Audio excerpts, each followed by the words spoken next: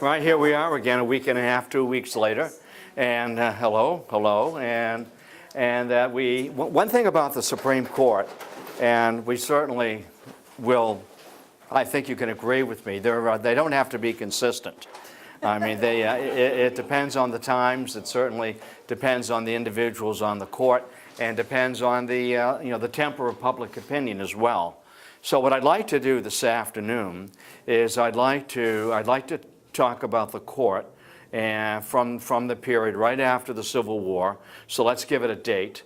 Let's give it 1875, and to bring it up to the outbreak of World War II. And so that'll give us a chance to talk about the court and Roosevelt and the New Deal, and also in that last quarter of the 19th century to talk about the Industrial Revolution and how the courts dealt with protecting capital and commerce and from unnecessary federal regulation. I mean, state regulation, they could deal with that, but an expanding power of the federal government was something to be guarded against. So these are some broad themes, that I'd like to take a look at this afternoon. Before we begin, maybe a question, an observation, or some unfinished business. I always like to use that phrase, and whenever I put a syllabus together, I always use that phrase, unfinished business. And that gives me license to go anywhere, with unfinished business. So, okay, let's take a look at, let's begin. Let's begin with the 14th Amendment. There are 3 Civil War amendments, Amendment 13, 14, and 15. And what the 14th Amendment did is that it posited, it maintained that the states also, must respect the Bill of Rights. In other words, that if you read the 14th, well, let's take a look at it. It's explicit. The 14th Amendment in 1868. The 14th Amendment is the most cited amendment in history since 1868. I mean, everything falls under the rubric of this phrase, the 14th Amendment. Let me see if I can find it here. Here it is.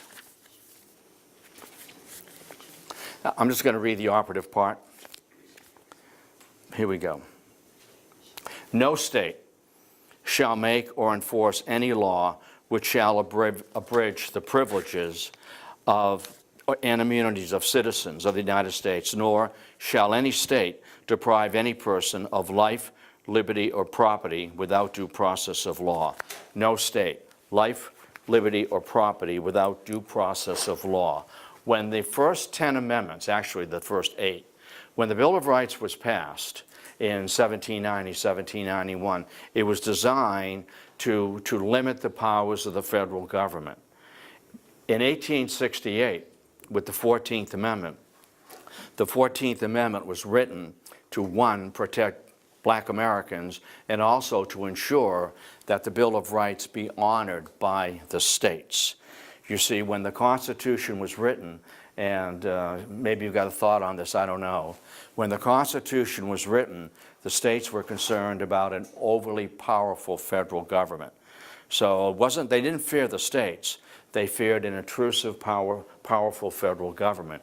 So the federal government may not abridge life, liberty, freedom of speech, freedom of religion, and so forth. In the aftermath of the Civil War, the 14th Amendment said the states also must honor the protections, written up that are labeled, designed in the first 10 amendments. Now, this will not happen when it comes to black Americans. Black Americans are cut loose, at the end of the Civil War. What the Supreme Court will rule here is that how they will interpret this 14th Amendment at this time is that it involved any state procedures that denied anyone life, liberty, or property without due process of law. It was not designed to inhibit the behavior of citizens, that it was the states, could not deprive anyone of life, liberty, or property without due process of law. An individual owning an amusement park or a railroad line or whatever, could deprive anyone of life, liberty, or property without due process of law. And of course, it was black Americans, who were subject to that lack of due process. That due process was, again, the states could not do it. An individual could say, you may not play golf at this golf course, or ride in this coach, or take this steamship. And that's how the courts looked at it. And let me tell you, that is still a battle that people are working on today. That there is a case coming before the Supreme Court this term, or maybe in the spring, I'm not sure. And I have to go back and check the details. And it's the fellow who makes cakes, all right, party cakes and so forth, that I will not take the order of this gay couple, because I do not want to do it. I disapprove of gay marriage. Now, that's coming before the court again. So we're going to see how the court deals with a due process question here, and whether that kind of discrimination based on my personal preference, I choose not to do business with a gay couple and make their wedding cake. So we'll see how the court deals with that. Stay tuned. I mean, that is very much what we're talking about. You had a thought? Well, I was just wondering why the states couldn't enforce not only a business, but individuals. They weren't required to. They were not required to by law. And again, it's hard for us to recapture, the animosity directed toward black Americans, both, in the North and in the South. And it's not as if, I'm not trying to whitewash any of this, that the federal government simply did not enforce, and the states did not enforce either.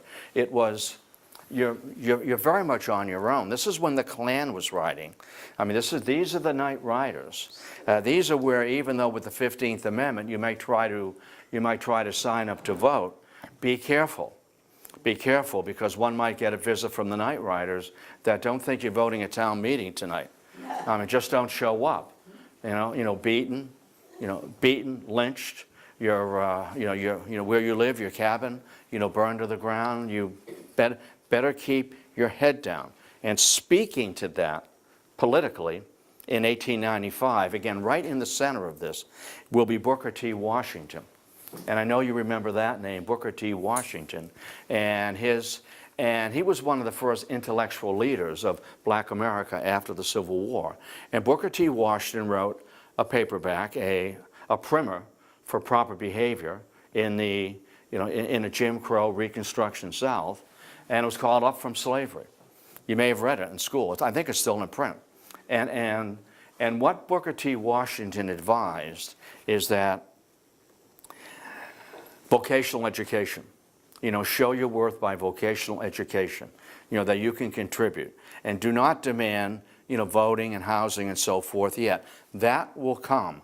That social progress will come when you show that your economic benefits to the nation.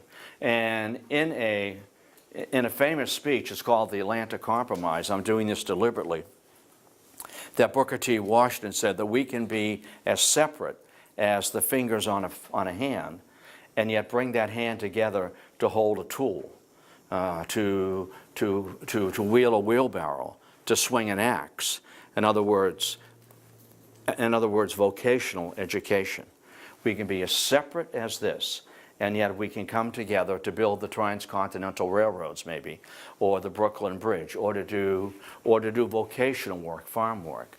And Washington, who came from slavery, he remembered the day of Jubilee, that he'd been a youngster, 4 or 5, 6 years of age, on a plantation in Georgia. So he was there, he remembered it, as best one can recall, a memory at the age of 5 or 6. And you're dealing with a Jim Crow, violent America. And the federal government, and certainly the state governments, are looking the other way. There was something called the Mississippi Plan. I mean, it wasn't a plan, but it was the way that race relations were dealt with in the South, in Mississippi. And it simply was violence, terror, death, lynching, beating, hanging, and burning. That way you keep people in their place. Washington, this is the reality on the ground. As separate as the fingers on a hand. and yet we can work together. And he was responding to the reality on the ground, and the 14th Amendment, being interpreted by these courts in this period as inhibiting the behavior of the state, but not so much in terms of an individual saying you may not play golf here or use this amusement park. There was a case in 1896, Plessy versus Ferguson. And in Plessy versus Ferguson, the courts ruled. Now, there was one dissent, but the dissent does not matter in this case. It's what the courts decided for the next 50 years. In Plessy versus Ferguson, that separate but equal was constitutional. And just because we have segregated schooling, by law, de facto, that it's not unconstitutional. Separate but equal is unconstitutional. The problem, it's not the problem, the irony or the transgression was, it was certainly separate, wasn't it? But it hardly was equal when you measure, when you quantify, for example, salaries for teachers, the educational level, the quality of the textbooks, the quality of the buildings, and so forth. And that law stood. And Plessy, and what Plessy appealed on the fact, that he wanted to be able to ride in a train, that was not white only and colored only. I want to be able to use the card that says white only. And he set that up. He passed. Are you familiar with the term pass? That you passed as white. And everybody knew he wasn't. But he sat on that railroad car, white only, and he got grabbed on it. And he wanted to be, and finally made its way to the court. Separate but equal is unconstitutional, is constitutional. And that holds for the next 50 years until Brown versus the Board of Education. Now, the other thing working here, with the other point of view working here, that was in conflict with Booker T. Washington. In Massachusetts, it is W.E.B. Du Bois. And his book, The Souls of Black Folk, in which he talked about, separate but equal, and these race differences are in complete violation of Amendments, 13, 14, and 15. And what we need to do is we need to be aggressive. We need to be proactive. And by proactive, he meant, one, forming the NAACP, as an organization to combat this. And the interesting thing is, when the NAACP was formed, they had to go to Canada to get hotel rooms. These guys wanted to meet in upstate New York, and in upstate New York, you can't get a room in this hotel. So they had to go across the border to Canada and to meet and form this national organization, the NAACP. Du Bois also completely rejected vocational education. It's too slow, it's too accommodating, it's giving in to Jim Crow. What Du Bois recommended was to identify the best and the brightest among us. And by that he called them the talented 10th. That's his phrase, the talented 10th. Identify these people and then push them. Push them into the professions, push them into the arts. They were they're the tip of the arrow. And when they do well and they succeed, others will follow. See, they'll open everything up. Others will follow. And by that he meant into law school, into medical school, into the professions, into education, into the universities. Others will follow. Du Bois, I will be the example. Just as I helped to form the NAACP, that Du Bois is the first PhD, graduated from Harvard in economics. We need economic equality. It's about money, economic equality, the distribution of wealth. We talk about that today, don't we? The growing maldistribution of wealth, and how do you resolve that? Or do you resolve it? Or do you allow social Darwinism to resolve it? The best will rise to the top. We talked about that, a couple of weeks ago. So we have the courts not interjecting itself into race relations. Let it work itself out. That's Eisenhower's point of view too. And that's why he was so upset with Earl Warren. And we talked a little bit about that earlier also. So the courts are are inactive, they're not proactive with regard, to the 14th Amendment. They're also very, just so I get this thought out there in my head, they're very proactive in making certain, that labor unions do not get a foothold.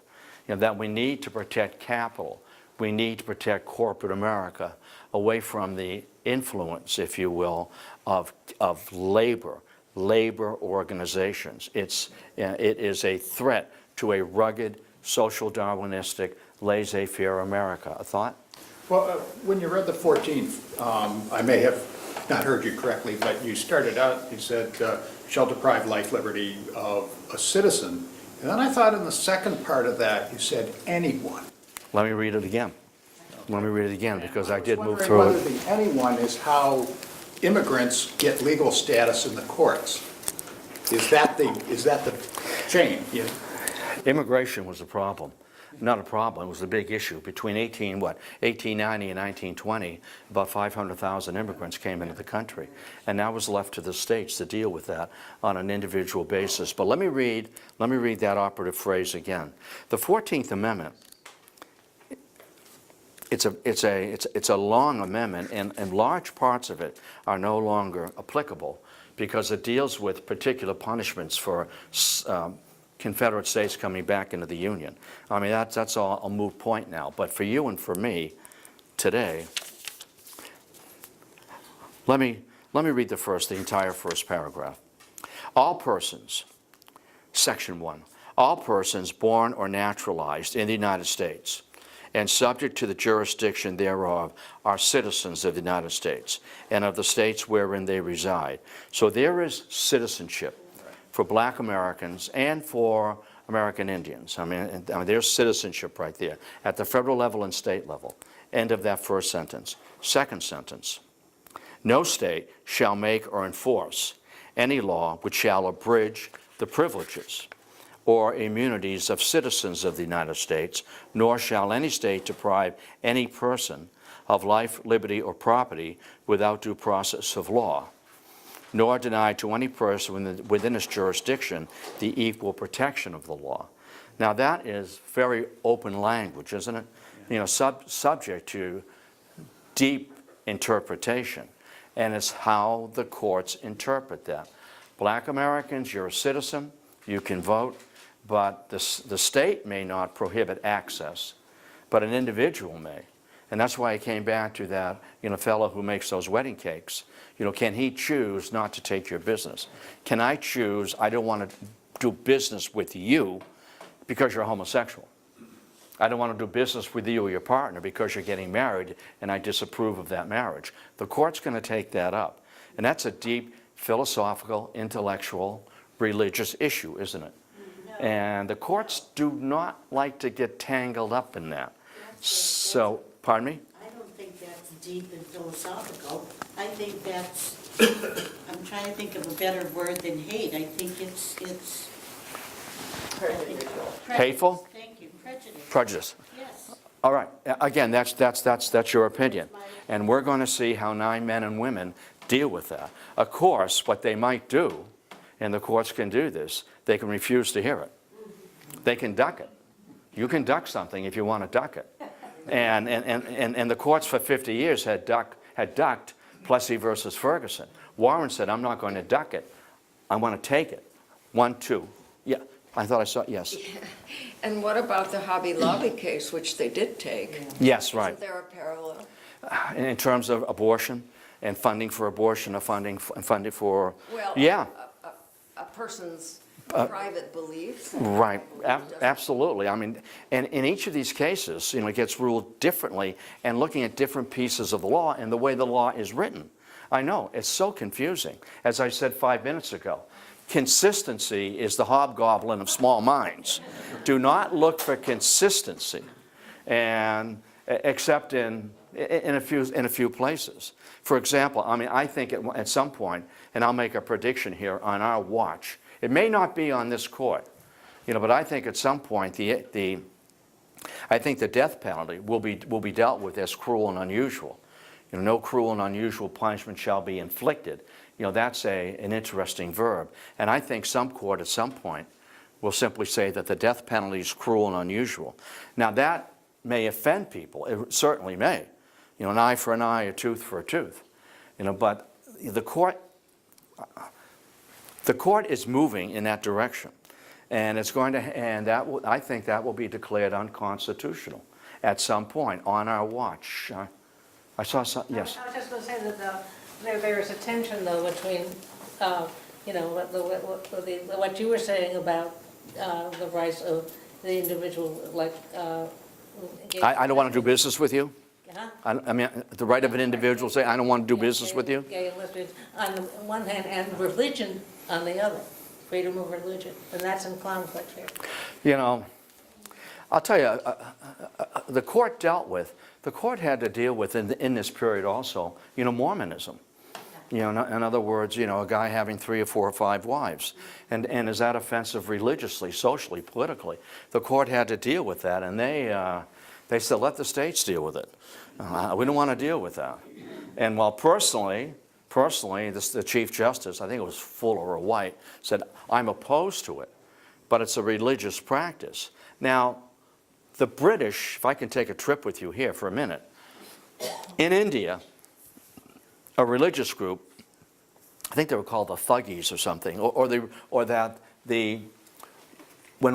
if your husband died and was on a funeral pyre, that the wife had to leap onto that pyre as well. Now, I don't know how tight you are with your spouse, all right? You know, but the British stepped in and said that is socially, that is socially, politically, and in a humanitarian way unacceptable. And they tried to put a stop to it, and they did, but you don't know where every funeral pyre is being put together and lit up. So these sorts of things are tough. And what Congress has done, and they've done it for years, is they pass on the tough ones. And they throw it to the courts, because I want to get reelected. You know, we'll let the courts handle that. You know, they throw it to the courts, and the courts say, well, we don't want to get involved. We're going to let the states handle it, or let a lower court ruling stand. And it's passing that very warm, that hot potato. So we have these civil rights acts, you know, passed after the Civil War, as being tempered down by the court's interpretation of the language, the first paragraph of the 14th Amendment. Read it. You know, read it tonight, and just, the words are wonderful. And they're wide open, aren't they? I mean, they are wide open depending on the time, the defendant, and the attitudinal capabilities of those sitting on the court. Labor organizations also, you know, came under the microscope of the courts, and the state courts and the federal court. And looking to protect big business, looking to protect capital, the labor organizations, Congress passed a law, and the courts agreed with how the law was misinterpreted or misused. It was called the Sherman Antitrust Act. Sherman Antitrust Act. You know, to break up monopolies, to be able to promote competition, free trade, and so forth. And here's the phrase. The Sherman Antitrust Act, the operating phrase, prevented illegal restraint of trade. That's the words, illegal restraint of trade. You know, that corporate America monopoly, that illegal restraint of trade. For example, the Rockefeller Standard Oil Company controlled 95% of the oil refining in the country. Eventually, the courts will break up, you know, the Standard Oil Company, just like they broke up AT&T. But that's later on. All right, that's a little bit later on. Initially, with the Sherman Antitrust Act, an illegal restraint of trade, that the act was written to break up large monopolies or to promote competition. The way the federal government interpreted it, and the way the states interpreted it, that a strike is an illegal restraint of trade. And I'll give you one in particular. A strike is an illegal restraint of trade. And early on, as labor began to organize after the Civil War and the rush toward the Industrial Revolution, that the word strike was so foreign in the American vocabulary that it had quotation marks around it, because it was something they do in Europe. You know, it's not something we do here because it's un-American. You know, it's a social Darwinistic, rugged individual, laissez-faire America. And the Horatio Alger book celebrated that, didn't they? We used that term, a Horatio Alger figure, a young lad with luck and pluck and hard work and elbow grease and shoulder to the wheel will move. And Horatio Alger was born in Massachusetts. I mean, he wrote, I think, somewhere in the West Springfield area. So that's out there. So when workers organized and wish to talk about collective bargaining and not to change the system necessarily or to strike it down, but to talk about hours, wages, and working conditions, that when Eugene Debs, when's the last time you heard of Eugene Debs? A profile in courage, a hero to the American labor movement. No one remembers Gene Debs, and no one talks about or teaches about Eugene Debs. Eugene Debs was the president of the American Railway Union, and I don't want to get into too many details here. George Pullman, the Pullman Palace car, the most luxurious way to travel across the country. And the workers the workers of George Pullman, they struck the Pullman Palace Car Company. And they did it for the simple reason that Pullman, how would you like this for a guarantee? My stockholders, those who invest in me, I guarantee them a 12% return every year. Now, wouldn't you like to get 12%? A guarantee. That's the minimum right there. Anything above it is fine. You know, but if you believe in me, I believe in you. 12%. So there were panics and busts repeatedly in the era following the Civil War. The economy would expand and contract, boom and bust. And there was a bust, 1893, 1892. And what Pullman did, see, Pullman cut the wages of his workers so that he could maintain that 12% agreement. Now, he cut the wages of his workers, and they lived in his Pullman town. And the Pullman town is on the National Historic Register outside of Chicago. And he provided you with a place to live. Now, there were restrictions. No alcohol, for example. He had spies everywhere, and no talk of union and so forth. But from his point of view, rather than living in Chicago, you know, full of crime and disease and so forth, you know, that I'm providing you with a model town. He saw himself as doing a good deed, a mitzvah, a good deed. You work here, I provide you with a job, I provide you with heat and light and gas and water, all of which are above market value because I'm providing it for you, and I'm going to deduct the cost from that from your paycheck. And depending what time period you're talking about, that your paycheck is only good at the company store. Because I don't want you going into Chicago because there's all kinds of trouble in Chicago. But the company store, the prices were high, so Pullman could make a profit. So all of this, you know, living in a Pullman town was living in a Pullman hell. And now he's reduced the wages, and when the workers went to him and asked him, you know, if you reduce the wages, will you reduce the rents and the cost of water, electricity, and gas and so forth? And he said, no. You know, I need to make a profit, and stockholders need their 12%. So they struck. And they struck, and along the railroad lines, because this is the American Railway Union, the guys who changed the cars, you know, refused to put a Pullman car on a train, or they would detach it. And you may be saying, well, how can they join an American Railway Union? And here's a technicality on a technicality. Railroad tracks ran through the Pullman town and into the factory, because that's the way you got the finished Pullman Palace car on the track and out to the main line. So the fact that there were tracks running through the Pullman town, or beside the Pullman town, into the factory, allowed them technically to join the American Railway Union. Debs will agree to the strike.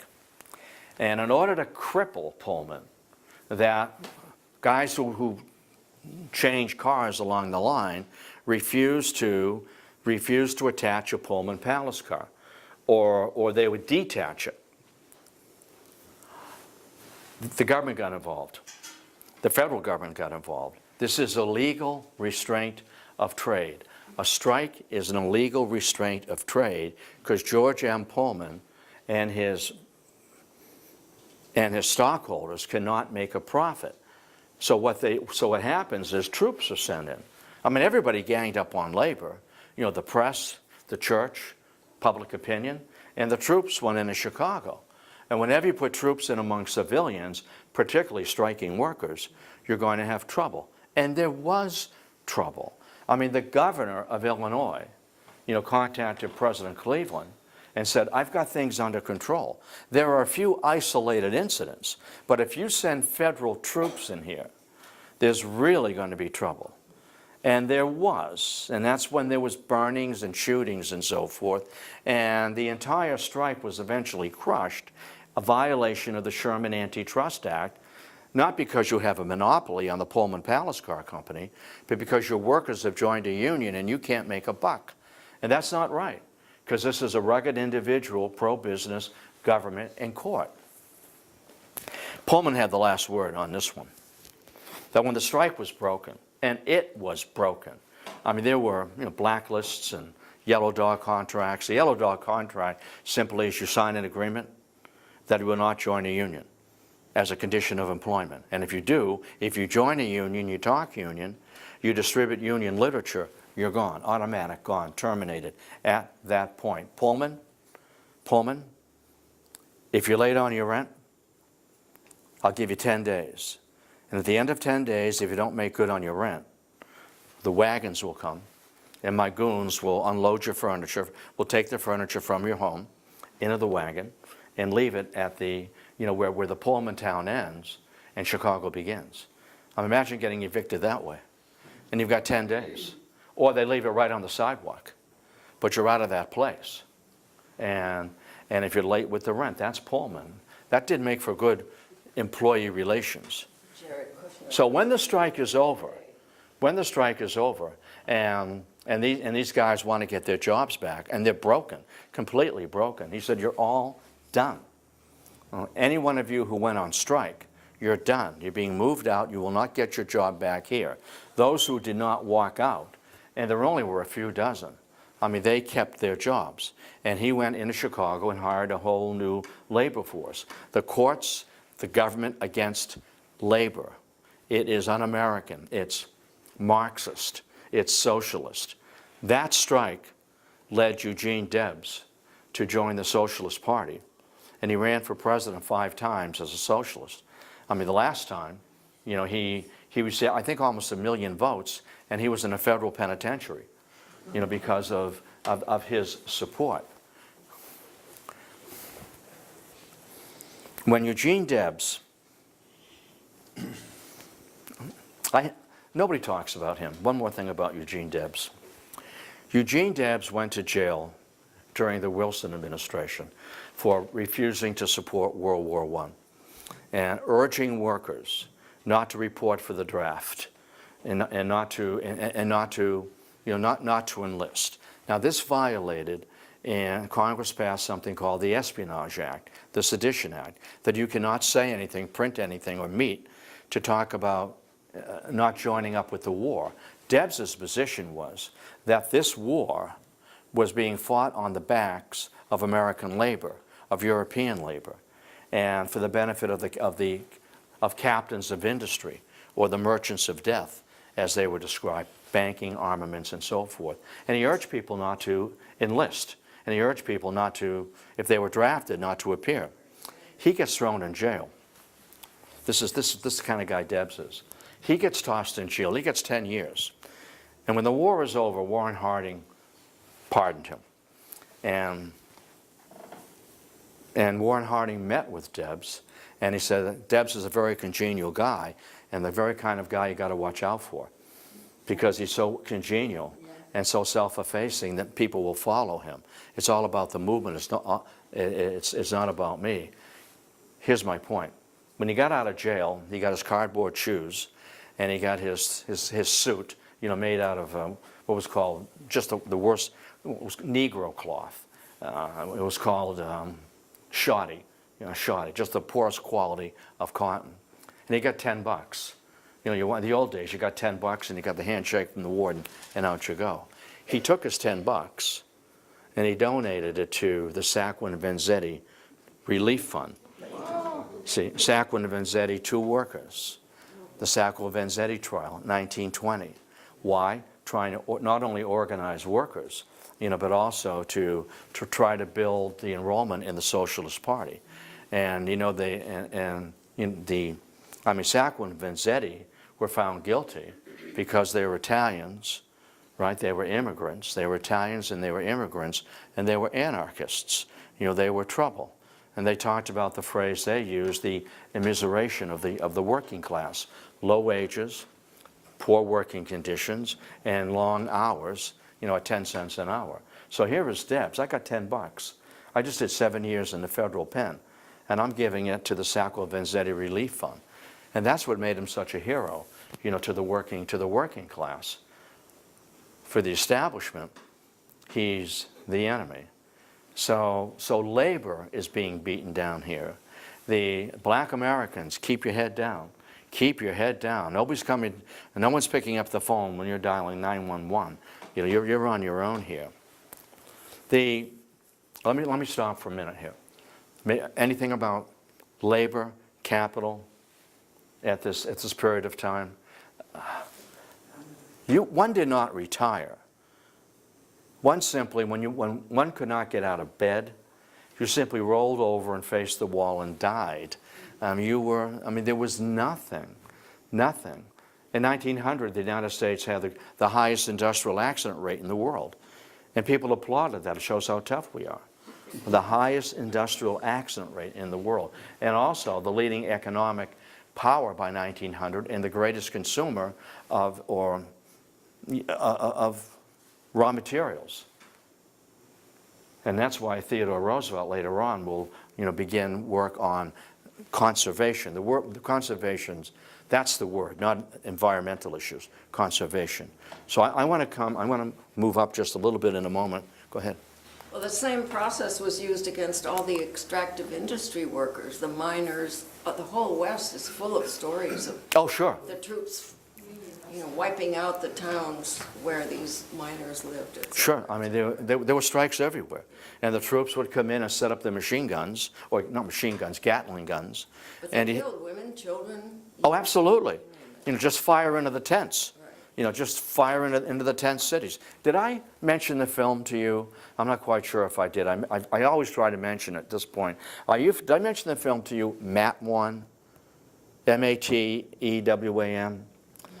Matewan, M-A-T-E-W-A-N. It's a film by John Sayles. And we know that John Sayles is a bit of a lefty. And he recently, and he did the film Amigo. Anybody?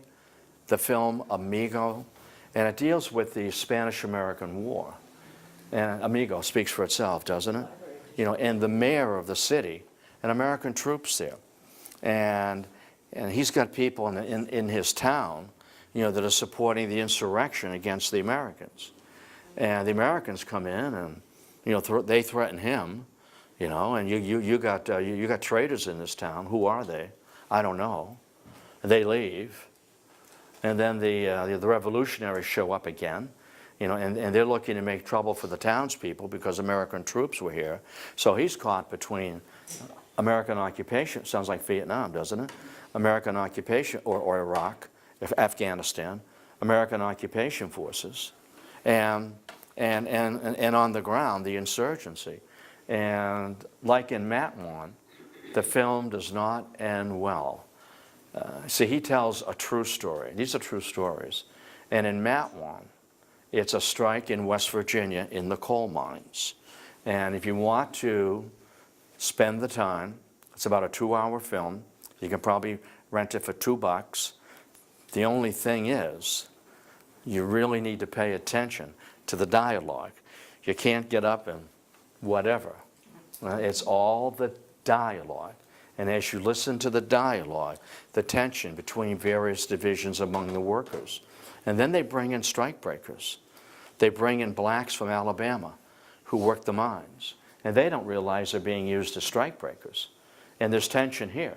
And then immigrants being brought in from Hungary or Czechoslovakia, Bohunks they call them. Bohunks, they're from Czechoslovakia. And they're brought in and they all figure, we're being used as strikebreakers. And that solidarity begins among the black miners, the Czech miners, and the white guys in West Virginia. And it does not end well. It's the law, it's the goon squad, it doesn't end well. It opens beautifully with a young man, a young boy working in the mines at 14. Yet it ends with that young boy. I'm not doing a spoiler here. We see him. It ends with he's got his hard hat on with the light. He's standing in front of the face of coal.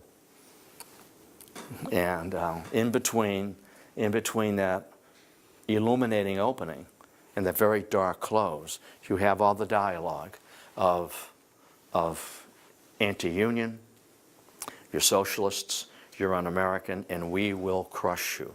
That film will capture all that we're trying to share this afternoon.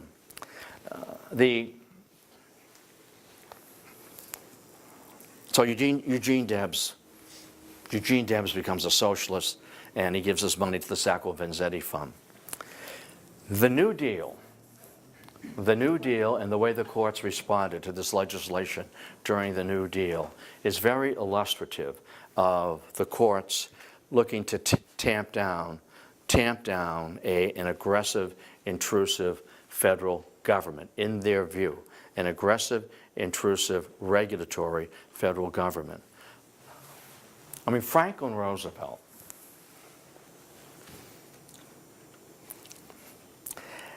he's ranked among presidential historians, as one of the great presidents, isn't he? It's FDR, it's Lincoln, and Washington. And depending on the ranking, it's either FDR or Lincoln, FDR. Typically, it's Lincoln, FDR, and Washington. Roosevelt, that the states are broke. We've got an unemployment rate of 25–30%, depending on where you live. Massachusetts, during the worst year of the Depression, 1932, Massachusetts had the lowest unemployment rate in the country. And that was 13%. Now, imagine 13% unemployment rate today. I mean, the president would already be home in New York, wouldn't he? And Roosevelt's dealing with an unemployment rate of 25 or 30%, no matter where you live. And and nobody knows much about Franklin Roosevelt, but he isn't Herbert Hoover. And Herbert Hoover had been telling Americans simply, tighten your belt. There's nothing wrong with the American economy. There's no need for any substantial government intervention, and the economy will come roaring back. The people that Hoover helps, and this is so typical of Hoover. Hoover's a self-made millionaire. He's a businessman. And the situation continues to deteriorate in the last year of the Hoover presidency, which is 1931 into 1932. Hoover calls in big business. He calls in the big business, the major industries, coal, iron, steel, and so forth, textiles. And he says, look, I've got a deal for you. It's called the technical term, the congressional term is called the Reconstruction Finance Corporation. Here's the deal. That I will give you aid to stabilize your businesses. And you promise me that the deal is that you will not lay off anybody else. It's called, the press picks it up, the New Dealers pick it up, and they call it the millionaire dole, the millionaire handout. I will help you stabilize your industry, coal, oil, and steel. And I'll give you money. I'll give you money. But you promise me there'll be no more layoffs so we can stop the hemorrhaging, among the working class. Well, you know what they do with the money. You already know the answer. They keep it. and they give themselves pay raises, bonuses. They buy out failing companies, and what does not happen, the phrase back then was trickle down. You know, the money, we've heard that phrase recently, haven't we? The money put at the top of the economic pyramid to stabilize big business, you know, will trickle down, you know, into the pockets of the workers. It hasn't today, and it did not back in 1930. Didn't under Reagan either. So Hoover's gone. I mean, Hoover's gone. When your last name is used not in honor but in dishonor, Hooverville, Hoover flag, Hoover soup, in dishonor. And if one were completely broke and down and out on your luck, you walked around with your pants pockets turned inside out. And that meant you were flying a Hoover flag, that you were completely broke. And one of the tunes in the jukebox, you know, buddy, can you spare a dime? All right, so that's Roosevelt. We need to put the American people to work, and the government will do this. This was unheard of. This is unheard of. Roosevelt must be a red. It's not the New Deal, it's the Red Deal. That the D stands for delirious. You know, Franklin Delirious Roosevelt. That this is what Stalin is doing. And Roosevelt's a red, he's a communist. As his critics said, that man, that cripple, Roosevelt recognized the USSR in 1933. Of course he would, he's one of them. If you go to the old textbooks, that where the USSR should be, let's say after the Russian Revolution in 1917, there's just a gray area. And because we don't recognize Bolshevism, atheistic communism. Franklin Roosevelt will. And his point is, they're here to stay. They're not going anywhere. We need to deal with these people. I'll tell you something, a mistake that was made politically, and that was in 1949, not accepting Mao. I mean, that changed the whole flow of things. And by pretending that Chiang Kai-shek, you know, was the legitimate government in Taiwan, that changed the whole flow of things in the Far East. And we're still dealing with that today, aren't we? We're still dealing with that China problem. Roosevelt, New Deal, jobs. And the court is going to strike at the very heart of the New Deal. They're going to strike at the WPA.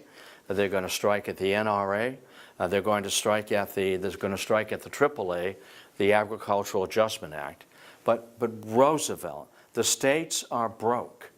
Only the federal government has the resources and the reach to be able to affect the economy of all the states. States are broke. They cannot make their payroll. You know, people are desperate. And we need to intervene somehow. And that New Deal, that man, that cripple, see if I can find a dime to tell you a quick story, a true story. This is my crazy grandmother. Neurotic. Margaret was neurotic. No doubt about it. This is Margaret. Franklin Roosevelt organized the March of Dimes, didn't he? I mean, that's on his watch, obviously, because of his polio. And so when he died in 1946, and if you're waiting to be on currency, you have to be dead, you know, so you have to be dead to be on American currency or to be on a stamp. All right, so I'm sorry, but certainly on currency. So Roosevelt dies, and in 46, his profile is put on the dime. Now, my crazy grandmother, Margaret, who raised me and my brother for many years when my mother passed away, and I only got this story years later. I remember her always sifting through her change. You know, but when you're 4 and 5 and 6 years old, she's just going through her change purse. Well, the story is, and it's a true story, and I got this later on, you know, that she hated Franklin Roosevelt. She loathed Franklin Roosevelt, that man. He's going to ruin the country. And what she was doing is she was going through her pocketbook and looking for dimes and throwing them out. So I don't know, in some chamber of her head, if I throw out enough dimes, you know, there will be no dimes in Illinois, and I can eradicate the memory of Franklin Roosevelt. Now, I can't make that story up, you know, and I got that years later when I could process that, and figure it out. And I never told her. She was so proud that I earned my PhD. And it's don't ask, don't tell, speaking about. And she never asked, what my PhD thesis was about. And I never told her because she did not ask. And I dealt with Franklin Roosevelt. All right, he's my guy. And I know that if I ever told her that, there would be a thump. She would have hit the floor. She's dead. And I'm out of my inheritance. And I knew that. The money was coming to myself and my brother. There were just two of us. And it was a nice piece of change. All right, the pun's intended. So I never told her because I knew I would just hear, boom. And that would be it. Your inheritance faster. Excuse me? You would have gotten your inheritance faster. I don't know about that. Yeah, I know. Yeah, right. But something would have happened there. Did it take the form of a large cache of dimes? She threw them out. And I remember just pitching them in the trash barrel. And I would, I wonder why she's doing that. You're 4 years old. Okay, I'm watching that on Roy Rogers or something. And she's combing through her chain. I'm off track here. But I need to share that stuff with you because a 19-year-old wouldn't get it, But you can see the humor and the the idiosyncrasy is a good word as well. So Roosevelt, we've got to put the American people back to work. That's our greatest primary task. And he said that in his inaugural, that first inaugural. Our greatest primary task is to put the American people back to work. And out of this will come the WPA, the Works Progress Administration. Out of this will come the national, out of this will come the CCC. Out of this will come the high school students getting jobs and so forth. And what appears before the Supreme Court is it's the Schechter brothers. And it's called the sick chicken case. They dealt with poultry in New York and kosher poultry, the Schechter brothers. And under the National Recovery Act, that there were certain requirements of shipping and packaging and sanitation and so forth because of its chicken, you see. And the Schechter brothers were found in violation of the sanitary packaging of their poultry. And they were fined and threatened with jail, and they were fined again. And they took it to the Supreme Court. And the Supreme Court took a narrow definition of commerce, that the Schechter brothers only do business within a few geographic miles, if you will, of New York, and that the federal government cannot regulate commerce, for the benefit of jobs and health conditions if it does not cross over state lines. This is a narrow definition, and the new dealers, that commerce is national. Remember that issue was raised on the Obama health care? What's commerce? And the courts agreed with the national health care definition of commerce. But the Supreme Court struck down the National Industrial Recovery Act. It's too broad. It's too intrusive. It's defining commerce to the disadvantage of these brothers who have a local business in Brooklyn or Queens. I think they're the same place. But it's a same geographic area. The Supreme Court also struck down as unconstitutional, the Agricultural Adjustment Act, for the reason that the farmers were paid not to grow. In other words, to stabilize prices. And the parity, the money came from what was called a processing tax, which the Supreme Court ruled unconstitutional. What was the processing tax? When apples are converted into apple juice, when flour goes into a loaf of bread, when wheat goes into muffins, whatever. When it's processed, there's a tax at the processing level. And that tax is collected by the federal government, and it's used to subsidize farmers not to grow. The Supreme Court ruled that as an intrusive taxing power of the federal government. Absolutely intrusive. And they struck that down as well. Roosevelt is fuming at this. You're striking down the New Deal. I'm using federal government to put American people back to work. And Roosevelt, in the aftermath of his great re-election in 1936, and by great I mean this, Roosevelt and Eleanor and the New Deal carried every state in the Union in 1936. It was a smashing victory. Every state in the Union except Maine and Vermont. Now, there are more cows in Maine and Vermont than voters. You know, it hardly mattered. It mattered to the good people of New Hampshire, because the good people of New Hampshire, on the bridges and roads, you know, leading from New Hampshire, you know, to Maine and Vermont, they erected enormous signs. And the signs read, "You are now leaving the United States of America." Now, that's a shot at the voters of Maine and Vermont, and that is an endorsement of the New Deal and Franklin Roosevelt. Even Roosevelt, was shocked at the surprise of his victory. And he had 75% majorities in both the House and the Senate. I mean, he had coattails the width of a runway at Logan Airport. And now I'm going after the court. I'm going after the court. Everybody's pulling in the same direction except the courts. And this is his famous or infamous court packing plan of 1937. You know, a few months after he's sworn into a second term.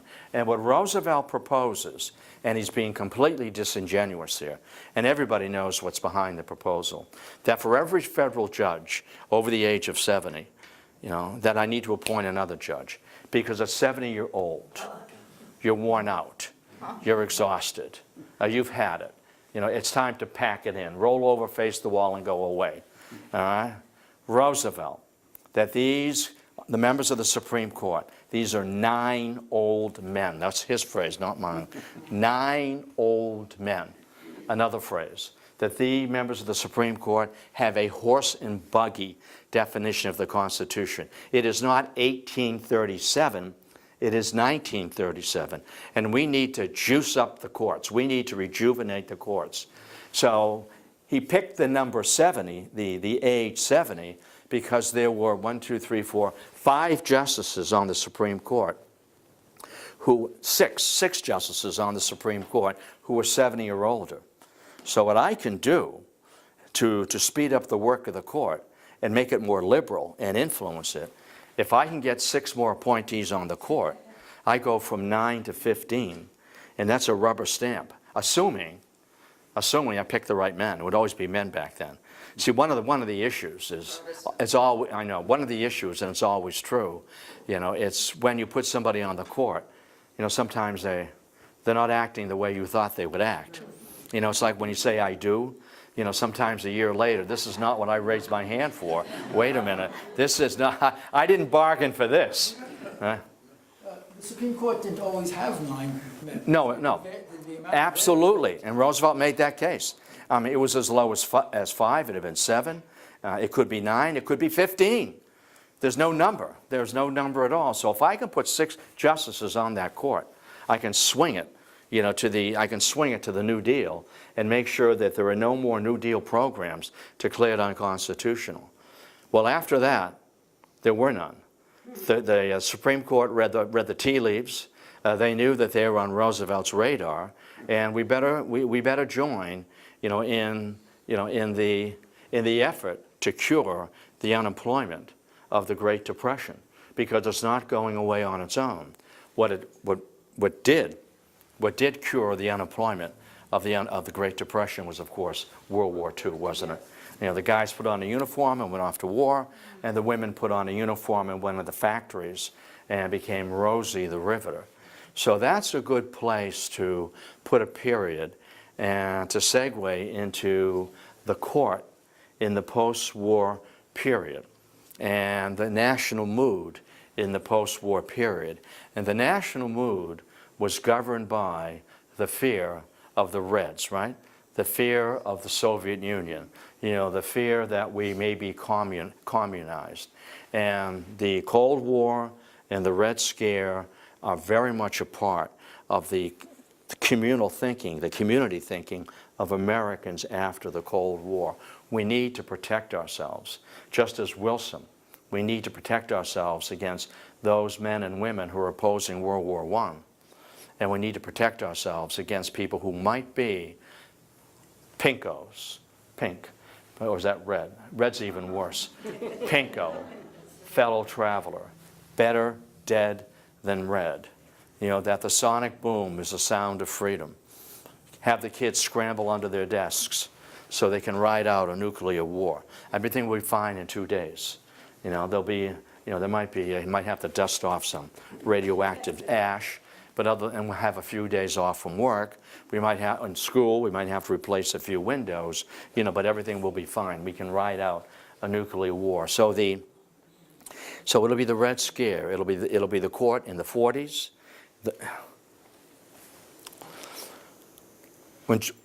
When a case, I'll just leave you with this too, I'll start here. When a case comes before the Supreme Court about the internment of Japanese Americans, and they get that case in 44, they say, it's okay. It's okay, and I'll tell you why, and this is the court, I'll tell you why it's okay. The government is doing you a favor. They're putting you behind barbed wire. Because if you roam the streets of Los Angeles, you would be beaten. You know, because you're the enemy, you're the concealed enemy. And so you ought to be grateful that the government stepped in and arrested all of you guys, you know, put you into these camps because they saved your lives. So get out of here with this. We dismiss this. And that's a 6-3 ruling. And I'll do a little more of the detail on that. And that rolls into the Cold War. And you want to date the Cold War? I'll give you my start time for the Cold War. March 1946 in Fulton, Missouri at Westminster College. Truman had invited Winston Churchill to Westminster College to accept an honorary degree. Churchill was out of office. And in his remarks, Churchill gives the world the metaphor of the Cold War, Iron Curtain. That an Iron Curtain has slammed down across all of Eastern Europe. And behind that Iron Curtain lie all the ancient capitals of Eastern Europe. That Stalin has turned Eastern Europe into a prison camp. You know, that his rule is grotesque. An Iron Curtain. It's a great image, isn't it? It's like the Berlin Wall, which is more than an image. It was there. The Iron Curtain, soon to be joined as communism leaks to the east with Mao Zedong. The bamboo curtain, the Iron Curtain, and the bamboo curtain. The bamboo curtain sounds like a Chinese restaurant, you know, but it isn't. It isn't. It's Europe and Asia, and that is part of the court. That is part of the psyche. That is part of the government dealing with this. And Harry Truman, one more thought. By an executive order, trying to fend off charges that he might be a red, and these charges leveled by conservative Democrats and by conservative Republicans, Harry Truman, by an executive order, broadens grounds for dismissal from a federal position. This is where language is important. From proof of disloyalty, proof of disloyalty to reasonable doubt of loyalty. So what's reasonable doubt? Proof of disloyalty to reasonable doubt of loyalty. And so one could comb through the files of a federal employee. You know, in 1940, 1947, 1948, if you deliver mail, you're a federal employee. If you work at the airport for the FAA, you know, and you're pulling a plane in with your flashlights, you're working for the federal government. Proof of disloyalty to reasonable doubt. And that is going to be such a punishing change of language. So I'll see you all soon. Next week, right? Yes. Next week, right. So we'll do some real good unfinished business. We'll button up next week. So I'll see you all later. Yeah. These are interesting times.